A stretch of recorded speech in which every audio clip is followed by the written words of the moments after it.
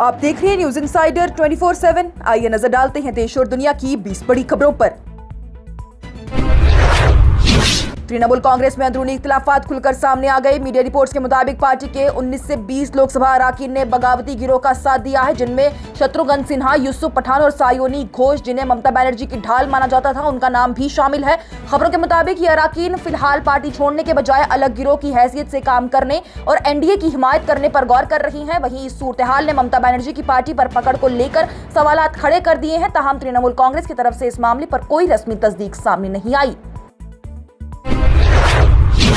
जम्मू कश्मीर की वजीर सेहत सकीना इत्तू की जानिब से पीडीपी सरबराह महबूबा मुफ्ती और वक्फ बोर्ड की चेयरपर्सन रक्षा अंद्राबी के एम्स दौरे पर तनकीद करते हुए कहा गया कि वो ना हुकूमत में है और ना ही किसी रस्मी इख्तियार की मालिक है, फिर वो किस हैसियत से जायजा मीटिंग कर रही हैं। कुलगाम में सहाफियों से गुफ्तगू करते हुए सकीना इत्तू ने इन कदमों को मायूसी का इजहार करार दिया। उन्होंने कहा कि उमर अब्दुल्ला की क़ियादत वाली हुकूमत अवाम के मैंडेट के साथ काम कर रही है और रियासती दर्जे की बहाली समेत अवामी मसाइल को मरहलावार हल करने के लिए पुरअज़्म है।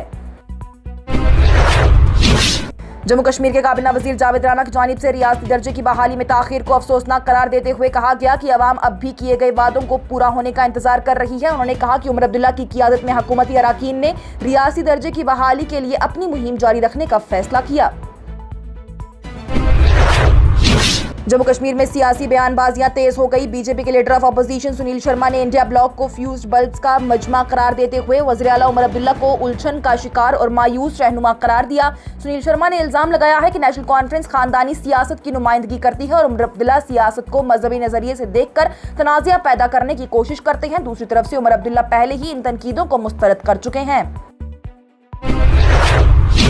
पीपल्स डेमोक्रेटिक पार्टी के रहनुमा इल्तिजा मुफ्ती की जानिब से उमर अब्दुल्ला की क़ियादत वाली हुकूमत पर सख्त तनकीद करते हुए इल्जाम लगाया गया कि अवामी ज़मीनों पर काश्तकारी करने वाले गरीब लोगों को नोटिस भेजे जा रही हैं और उन पर दबाव भी डाला जा रहा है। उन्होंने पुलवामा के नांगरपुरा इलाके का हवाला देते हुए कहा कि हज़ारों कनाल ज़मीन पर गुजारा करने वाले खानदानों को पुलिस के जरिए धमकाया जा रहा है कि अगर उन्होंने काश्तकारी जारी रखी तो उनके खिलाफ सख्त कानूनी कार्रवाई की जा सकती है। इल्तिजा मुफ्ती ने कहा कि जम्मू कश्मीर के लोगों के लिए ज़मीन सिर्फ मिल्कियत नहीं बल्कि उनकी पहचान, सकाफत और रोजी रोटी का जरिया है। उन्होंने हुकूमत से मुतालबा किया है कि अवाम के मसाइल को कुव्वत या फिर दबाव के जरिए हल करने के बजाय गुफ्तगू और इंसाफ के जरिए सुलझाया जाए। मरकजी वजीर दिफा के मुमलिकाती वजीर संजय सेठ ने आज कहा कि जम्मू कश्मीर में अमन और तरक्की का दौर जारी है, जबकि सरहद के उस पार हालात खराब हैं। श्रीनगर में सहाफियों से गुफ्तगू करते हुए उन्होंने कहा कि वजीर आज़म नरेंद्र मोदी और वजीर दिफा राजनाथ सिंह की क़ियादत में मुल्क महफूज है। उन्होंने दावा किया है कि साल 2025 में 1.77 करोड़ सयाह कश्मीर आए और 2026 में ये तादाद 3 करोड़ तक पहुँच सकती है। दिल्ली हाई कोर्ट ने कश्मीरी इंसानी हकूक के कारकुन खुर्रम परवेज को साल 2021 के एक दहशतगर्दी मामले में जमानत दे दी है। अदालत ने उनकी सेहत और मुकदमे की सुस्त रफ्तारी को मद्देनजर रखते हुए यह फैसला सुनाया। ताहम खुर्रम परवेज फिलहाल जेल में ही रहेंगे क्योंकि साल 2020 के एक दूसरे एनआईए मामले में उनकी जमानत की दरख्वास्त अभी ज़ेरे समाअत है। पीडीपी रहनुमा इल्तिजा मुफ्ती की जानिब से कश्मीरी इंसानी हकूक के कारकुन खुर्रम परवेज को जमानत मिलने पर अपना रद्द-ए-अमल देते हुए कहा गया कि उनकी रिहाई का वक्त आ गया था। एक्स पर अपने पैगाम में इल्तिजा मुफ्ती ने कहा कि कश्मीरियों को उनके ख्यालात या फिर काम की वजह से कैद करने का रवैया खत्म होना चाहिए। उनका यह भी कहना है कि जेल जैसे मसले का हल नहीं है और जम्मू कश्मीर की आवाम का दिल जीतने के लिए धमकी या फिर कैद का रास्ता इख्तियार नहीं किया जा सकता। नेशनल कॉन्फ्रेंस के मेंबर पार्लियामेंट मियां अल्ताफ अहमद ने जोजिला टनल के ब्रेक थ्रू का खैर मकदम करते हुए इसे जम्मू कश्मीर और लद्दाख के लिए एक अहम संगे मील करार दिया है। उन्होंने कहा है कि इससे साल भर राब्ता और माशी तरक्की को फरोग मिलेगा। साथ ही उन्होंने मुतालबा किया कि टनल प्रोजेक्ट में गांधरबल खासतौर पर कंगन के मकामी बेरोजगार नौजवानों को रोजगार में तरजीह दी जाए। पाकिस्तान के कब्जे वाले कश्मीर में एहतजाज और कशीदगी बरकरार है। मुजफ्फराबाद समेत मुख्तलिफ इलाकों में मुजाहिरों के बाद इंतजामिया ने JEE से वाबस्ता चंद अफराद के खिलाफ क्रैकडाउन शुरू कर दिया। रिपोर्ट्स के मुताबिक 4 एहतजाजियों की तलाश जारी है, जबकि कुछ रहनुमाओं की गिरफ्तारी के लिए 1 करोड़ रुपए इनाम का ऐलान भी किया गया। मीरवाइज़े कश्मीर मौलवी उमर फारूक ने एक्स पर अपने पैगाम में LOC के उस पार पैदा हुई सूरत हाल पर गहरे दुख का इजहार किया है। उन्होंने एहतजाज के दौरान आम शहरियों और पुलिस एहलकारों की हलाकत को अफसोसनाक करार देते हुए कहा कि अवामी मुतालबात को कुव्वत के जरिए बदलने दबाने के बजाय गुफ्तगू और पुरअमन तरीके से हल किया जाना चाहिए था। मीरवाइज़ ने उम्मीद जाहिर की है कि हुकाम हिकमत और बर्दाश्त का मुजाहिरा करते हुए अवाम के तहफ़्फ़ुज़ात दूर करेंगे।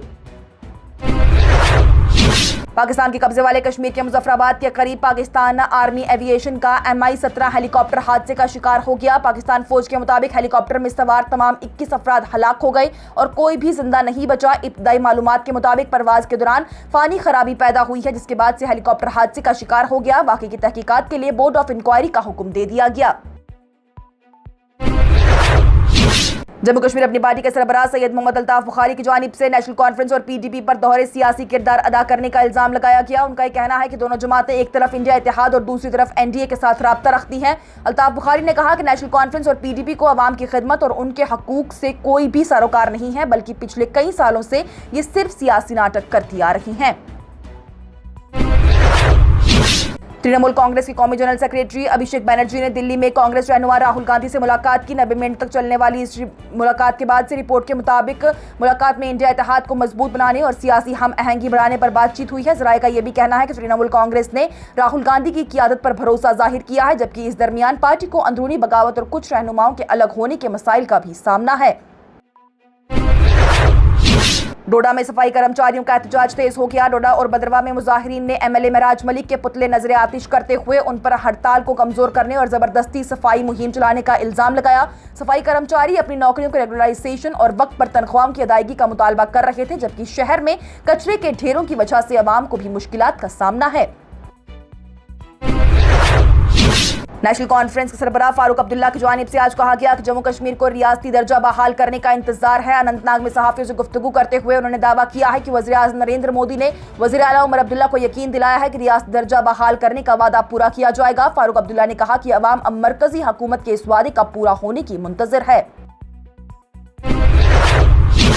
जम्मू कश्मीर के नायब वज़ीर आला सुरेंद्र चौधरी की जानिब जंतर मंतर में रियासत दर्जे की बहाली के हक में होने वाले एहतजाज में तमाम सियासी जमातों को शिरकत की दावत दी गई।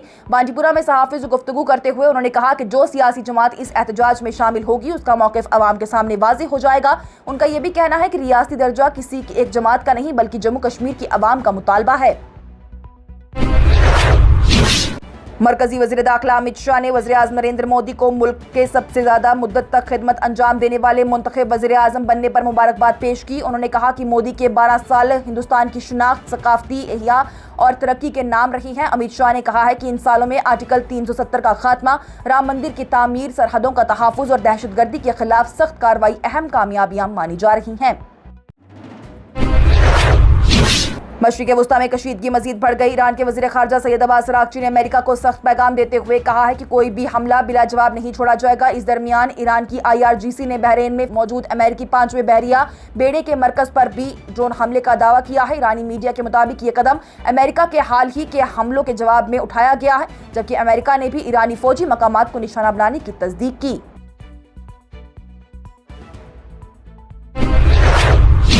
और अमेरिका के सरबराह डोनाल्ड ट्रंप की जानिब से ईरान को सख्त तनबीह देते हुए कहा गया कि तेहरान ने मुआहदे पर बातचीत में बहुत ज्यादा देर कर दी है और अब उसे इसकी कीमत चुकानी पड़ेगी। ट्रुथ सोशल पर अपने पैगाम में ट्रंप ने कहा कि ईरान के लिए एक बेहतरीन मुआहदा मुमकिन था, लेकिन ताखीर की वजह से अब सूरत हाल बदल चुकी। इसके साथ ही टॉप 20 हेडलाइंस का यह मरहला हुआ इख्तिताम पजीर। दीजिए इजाजत। लेटेस्ट अपडेट्स के लिए देखते रहिए न्यूज़ इनसाइडर 24/7।